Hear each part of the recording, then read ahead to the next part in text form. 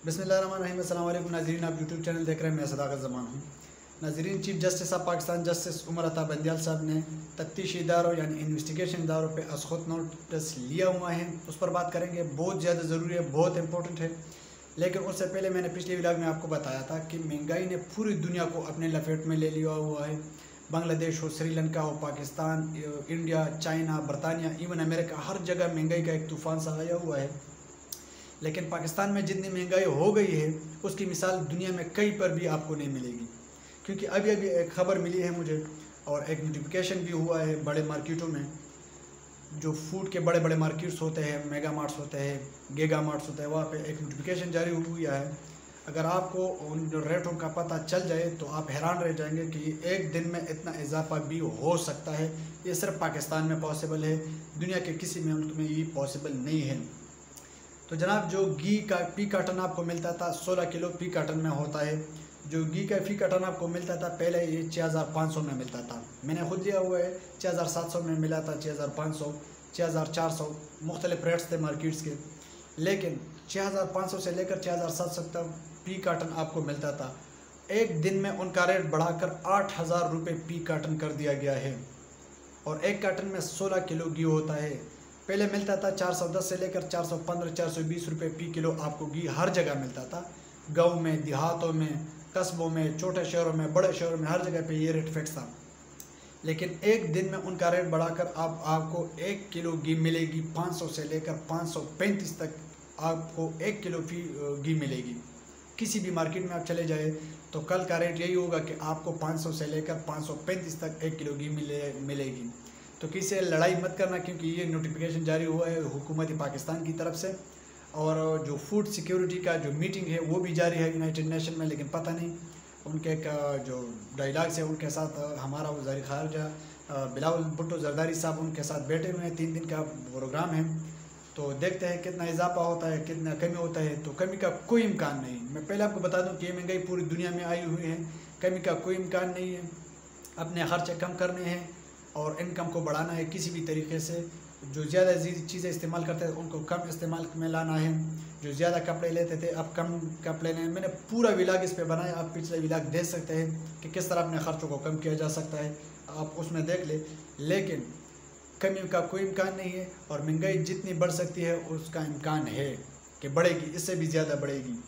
तो घी का जो पी कार्टन मिलता था 6500 से बढ़ाकर 8000 रुपये पी कार्टन एक दिन में इजाफा हो गया है, सॉरी। और चावल का जो रेट आपको मिलता था 170 से लेकर 180 रुपये में आपको अच्छे चावल मिलते थे। किसी भी मार्केट में, किसी भी मार्ट में आपको मिलते थे, करियाना स्टोर पे 170 रुपये पी किलो या 180 से लेकर 200 तक जो बहुत ज़्यादा आला क्वालिटी के जो चावल थे 200 रुपये किलो में मिलते थे। अब उनका रेट भी बढ़ाकर 225 से 245 के दरमियान रख दिया गया है।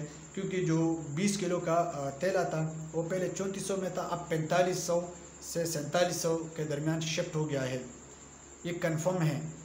किसी आप जाइए कल देख लें कि आपको कितने रेट में मिलेगी चावल। अच्छा, जो दाल चना है या बड़ा वाला दाल है, जो आम अल्फाज में हम उनको बड़ा वाला दाल भी कहते हैं, दाल चना या चना दाल, उनका रेट भी 700 से बढ़ाकर 850 रुपये 5 किलो कर दी गई है। तो महंगाई ने पूरी दुनिया को अपने लपेट में ले लिया हुआ है। खुदा अल्लाह ताला हम पे रहम करे, अल्लाह ताला पूरी दुनिया पे रहम कर दें। क्योंकि महंगाई एक आम आदमी के बस की बात बिल्कुल नहीं है। और गरीब आदमी की बात नहीं कर रहा, लेकिन मिडिल क्लास के लोगों से भी ये चीज़ें उनकी खरीद फरोख्त की पहुँच से बहुत ज़्यादा दूर निकल चुकी है। अगर आप दिहाड़ी के हिसाब लगे डेली वेजेस का, तो एक दिन में वो 1000 रुपये बमुश्किल 1000 रुपये कमा सकते हैं। तो 1000 में वो मेडिसिन कहाँ से आएगा, उनके जो सेहत के और जो प्रोग्राम्स हैं वो कहाँ से पूरे होंगे, जो इलाज जो कपड़े हैं वो कहाँ से पूरे करेंगे, जो कि शादी ब्याह तकरीबात है उनका जो ख़र्चा आता है वो कहाँ से पूरे करेंगे, और जो खाने पीने की अशिया है वो कहाँ से पूरे करेंगे। तो ये तो मिडिल क्लास के लोग जो है ना, जो ना गरीब हो ना अमीर हो, इनको मिडिल क्लास कहा जाता है। मिडिल क्लास के लोगों की पहुंच से भी बहुत ज़्यादा दूर निकल चुका है। अब महंगाई ने पूरा आसमान सर पे उठाया हुआ है। तो अल्लाह ताला से यही दुआ है कि पाकिस्तान पूरी दुनिया पर, खुसूसी तौर पर पाकिस्तान पर अपने रहम फरमाए, आमीन। अच्छा, इमरान खान और साकिब निसार साहब की गुज़श्ता हफ्ते एक मुलाकात हुई थी और मैंने अपनी व्लॉग में आपको बताया था कि इस मुलाकात के जो समरात है वो तकरीबन मैंने 15-20 दिन बताए थे और ये 1 हफ्ते बाद ही उनके समारात नज़र आने लगे।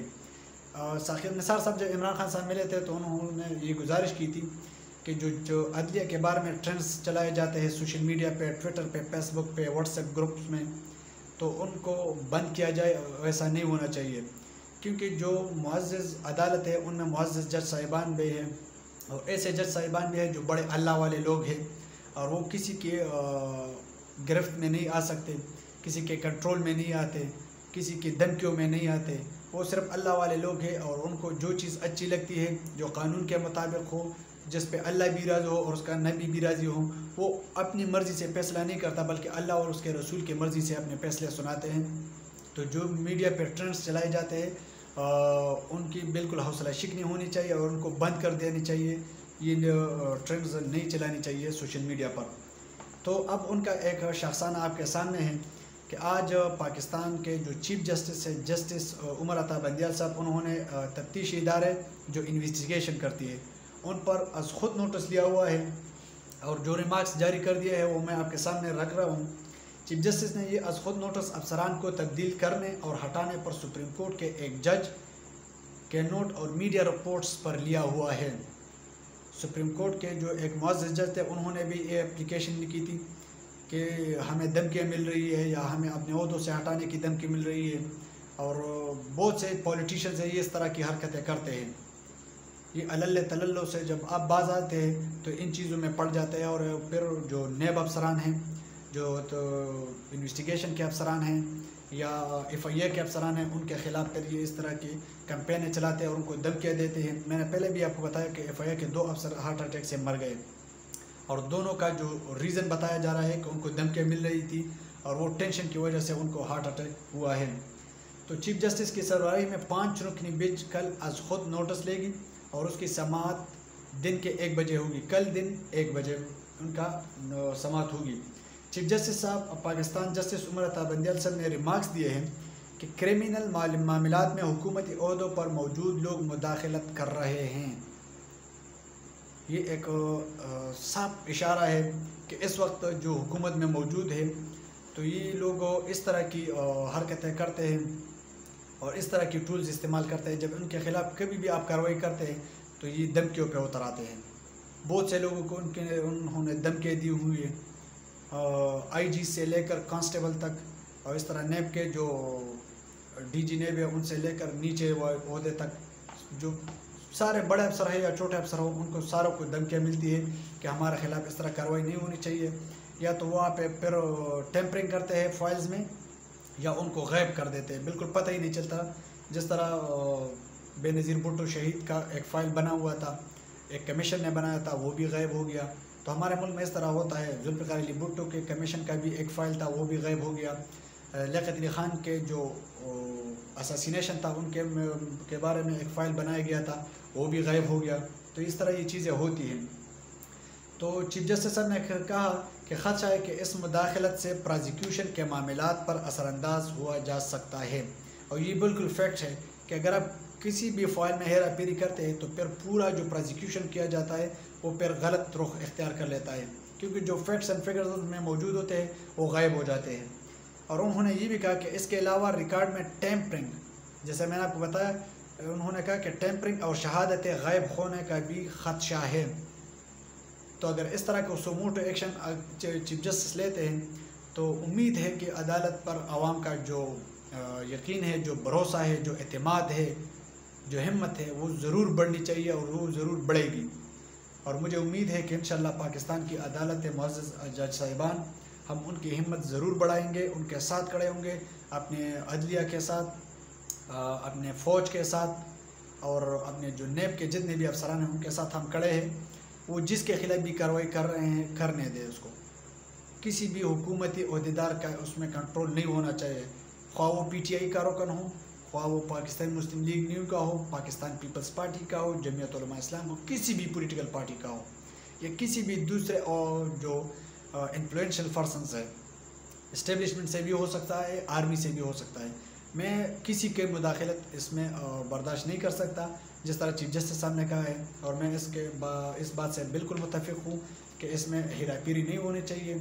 जो फैक्ट है उसको सामने रख कर फैसला सुनाया चाहिए। अब तक के लिए इतना ही। अपना बहुत सारा ख्याल रखिएगा। अपने इस चैनल का भी अल्लाह हाफ़िज़।